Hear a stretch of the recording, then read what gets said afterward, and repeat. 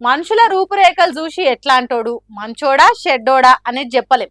పాత సినిమాలలో చూపెట్టినట్టు దొంగలు ముఖానికి ఇంత పెద్ద మచ్చ పెట్టుకొని గీతల టీషర్ట్ వేసుకొని ముంగట్టుకొస్తే గుర్తుపట్టేటట్టు లేరు దొంగలు. అవును, నీ పక్కకే ఉండొచ్చు, మంచోని తిరిగి మాట్లాడొచ్చు, కాసేపటికి అన్ని కాల్ చేసి పరారు కావచ్చు. ఇగో గీ అక్క కూడా ఆదమర్చి ఉన్నందుకు ఏమైందో చూడండి.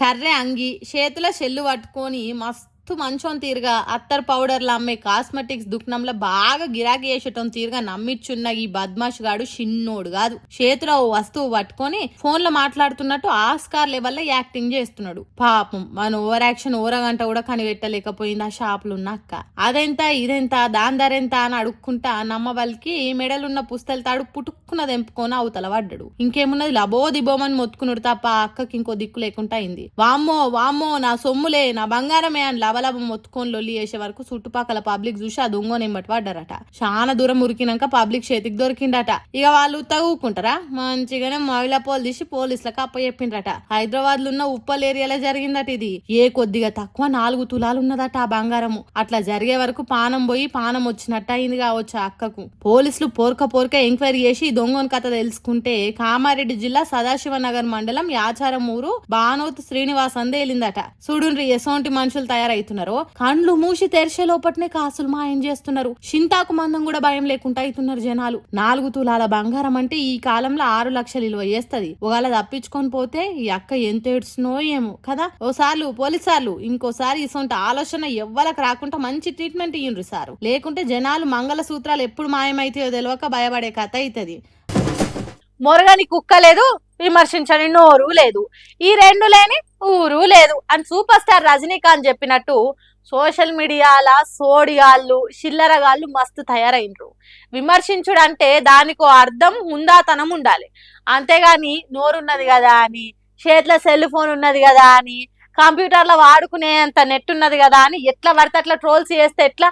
కొంతమంది బడివే బద్మేష్ గాళ్ళు ఆడోళ్ళని షిడాయించుడే గొప్ప పని అన్నట్టు చీడ పురుగుల తీరుగా చేస్తుర్రు.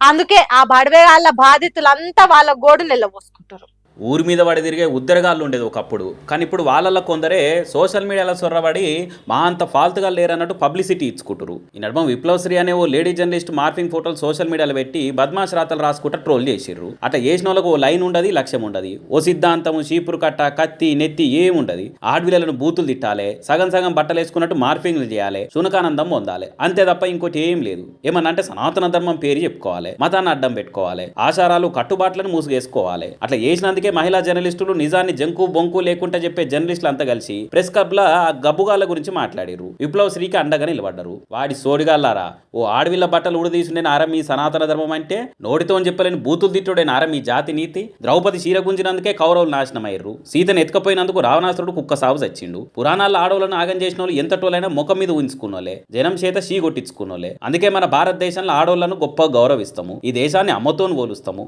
ఆడోళ్లను శక్తి స్వరూపిణి అంటాము. అసొంటి దేశంలో పుట్టిన వాళ్ళు కొంతమంది బద్మాషగాళ్ళు తిక్కెబడవేగాళ్ళు విప్లవ్ శ్రీ అసొంటి జర్నలిస్టులను టార్గెట్ చేస్తున్నారు. కానీ ఎవరు ఎసొంటి ట్రోలింగ్స్ చేసినా ఎన్ని ఫాల్తు కామెంట్లు పెట్టినా తప్పును తప్పనకుంటూ ఉండను, అన్యాయాన్ని ప్రశ్నించకుండా ఉండనని బల్ల గుద్ది చెప్తున్నది విప్లవ్ శ్రీ. ఇసొంటోళ్లకు అండగా నిలబడాలి, ధైర్యాన్ని చెప్పాలి, మీకు మేమున్నామని భరోసా ఇవ్వాలి. ఏనుగు పోతుంటే కుక్కలు ఎన్నో మురుగుతాయి పట్టించుకోవద్దని చెప్పాలి. ఇంకింత గట్టిగా నిలబడేటట్టు చేయాలి. ఈ దేశ చరిత్రలో ఆడోళ్ళను అవమానం పాలు చేసిన వాళ్ళు పుట్టగతులు లేకుండా పోయిరని యాద్ చేయాలి. పోలీసులు కూడా ఈ ట్రోలింగ్ అలా తోలు తీసే పని చేయాలి, లేకుంటే ఇది విషవృక్షం అయ్యి సమాజాన్ని సర్వనాశనం చేస్తుంది అనేది మరవద్దు మరి.